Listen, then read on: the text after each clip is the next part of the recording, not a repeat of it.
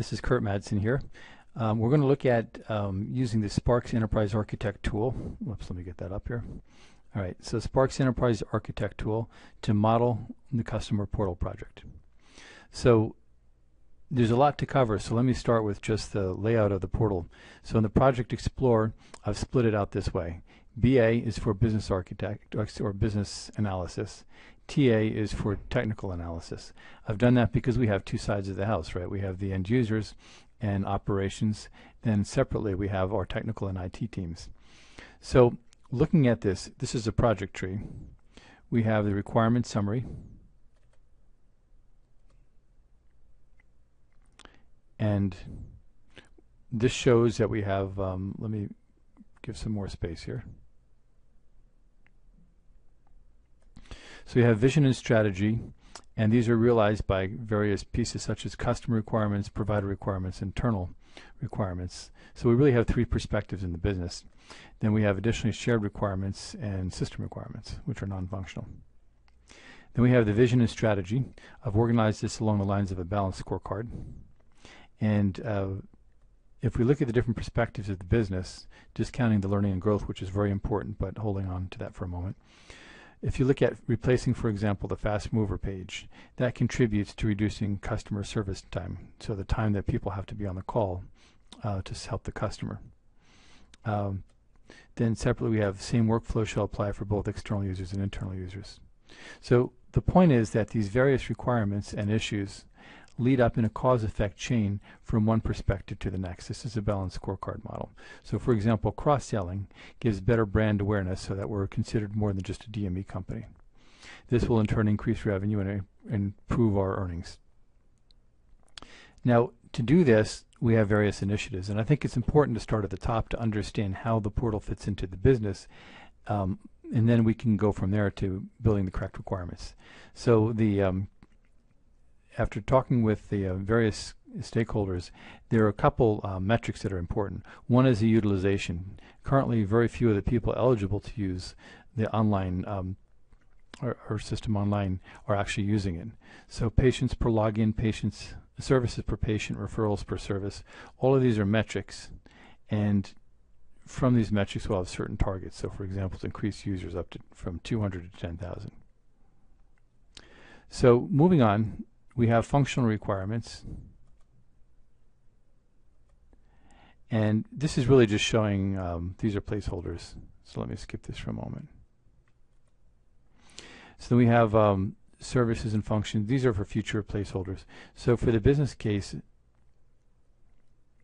for the use cases rather, we have our use cases organized this way. We've got customer use cases, provider use cases, and internal use cases, and then those are elements that are shared among them.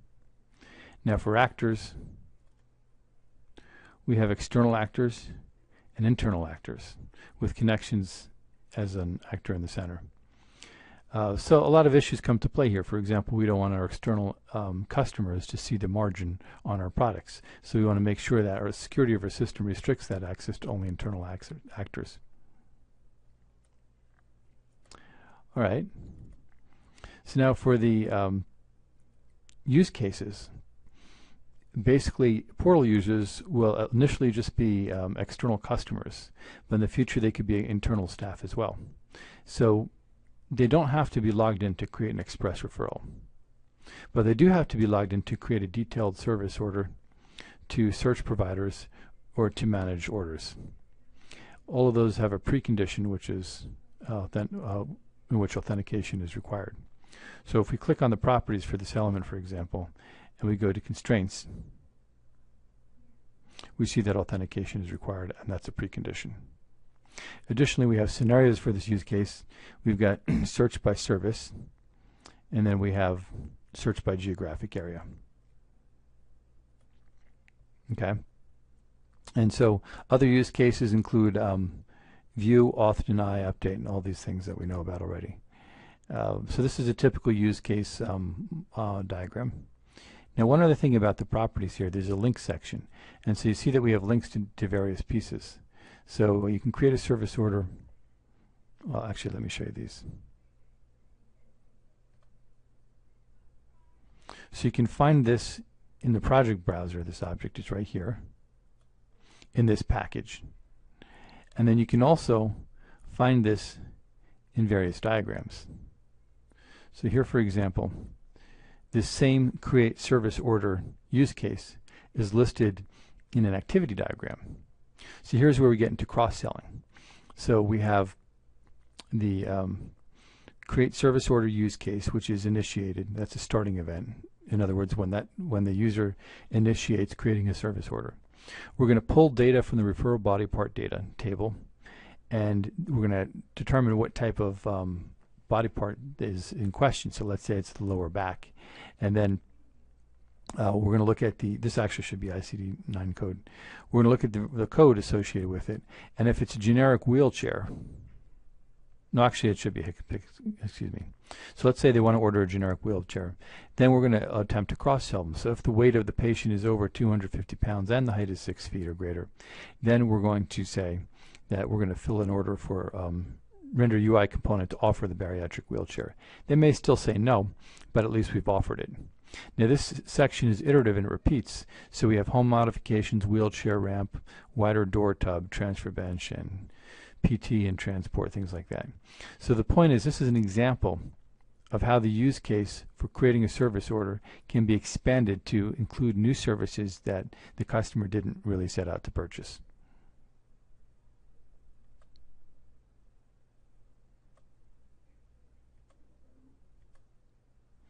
Okay, now if we look at the flows, this is just showing, honestly, in evaluating this tool, I don't find this particular part that useful, but this is a standard Erickson-Parkson process diagram. So in fulfilling the order process, we have user creates a referral, and the output data, the input is a claim data in the fast mover page, and the output is the referral data.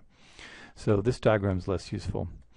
These workflow diagrams and swim lanes are more useful, I find. And so here, what we're showing is that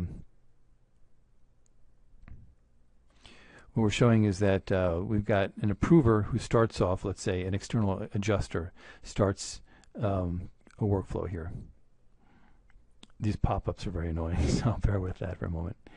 So then we have claim data and referral data, and then we have the processor who's internal within Tech Health reviewing the order and searching for provider data and so forth. Anyway, this is a standard workflow diagram. The key point I want to make here is that in looking at this, I see two high-level processes. One is the external front-end order intake. And so that's basically where the customer is going to the portal and creating new orders. The output of that is creating referrals. So the second process is referral fulfillment. That's back-end.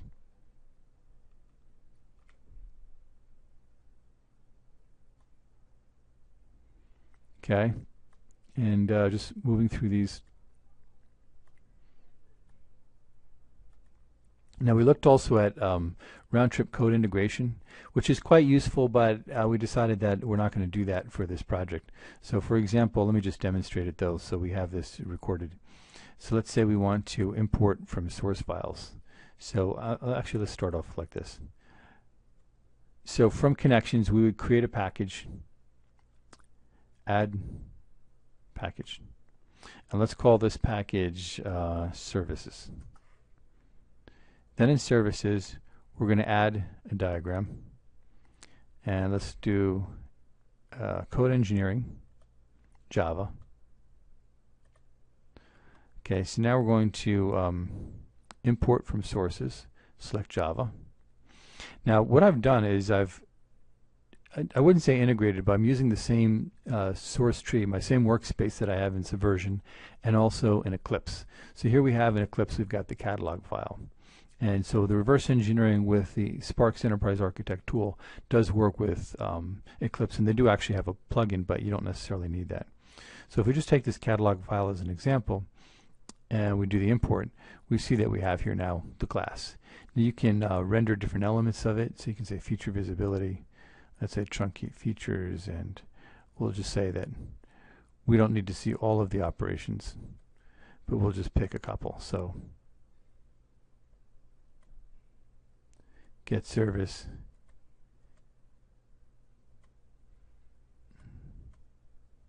So we remove the add. So add is gone, and here you see that. Now we can also generate this element here. So if we come here to code generation, generate source code, so we can navigate to our folder. Let's say we go here to a MDA generator. MDA is for model-driven architecture. So let's first set the target destination. And I'm deliberately putting this into a separate area from our project tree. I mean, we can integrate it, and I've tested that. But so anyway, let's go ahead and generate that. This is obviously a simple example, so it's very quick, but it does actually work quite well. So here's the generated code. We'll open this with Notepad. And so we see that it includes all of the Java doc and various pieces.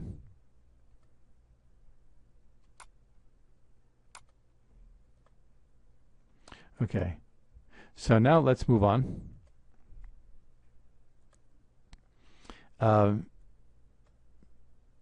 Let's see what else we had here. We went through this.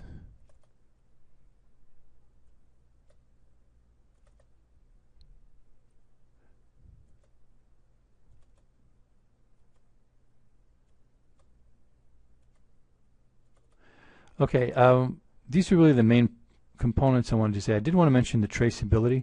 So if we go back to any of these items, if you notice here in the traceability, you can click on any part and this traceability in the lower right is updated. And what that does is it tells you how this item is related to others. So for example, we see that it's owned by any approver as a swim lane. It links from claim data and it transitions, well, these are the transitions, so that one's not too particularly interesting. But if we go over here to, let's say, the use cases, and we take a look at customer service, we see that this links to create express order, and we saw that one already. And anyway, that's a useful capability. Also, we have a few other items that I can show you.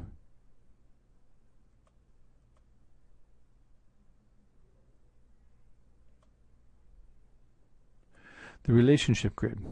So here we see the ability to take the underlying model elements and map them to different dimensions. So we're looking at customer requirements, internal requirements, provider requirements. Those all they depend on the shared requirements. And so we saw that here. So that grid that we just looked at is showing how these three are related, have a depends-on relationship to the shared element. So other things we can do are, we're almost done here. If we look at the model views, so we have different ways of looking at the same underlying model elements. So we've got Six Sigma, TOGAF, Zachman. A weakness of this tool is that you have to lay all this out manually. Some other tools have templates for this. So if we look at the logical view, we can actually have a slideshow capability where you just zip through all of these diagrams.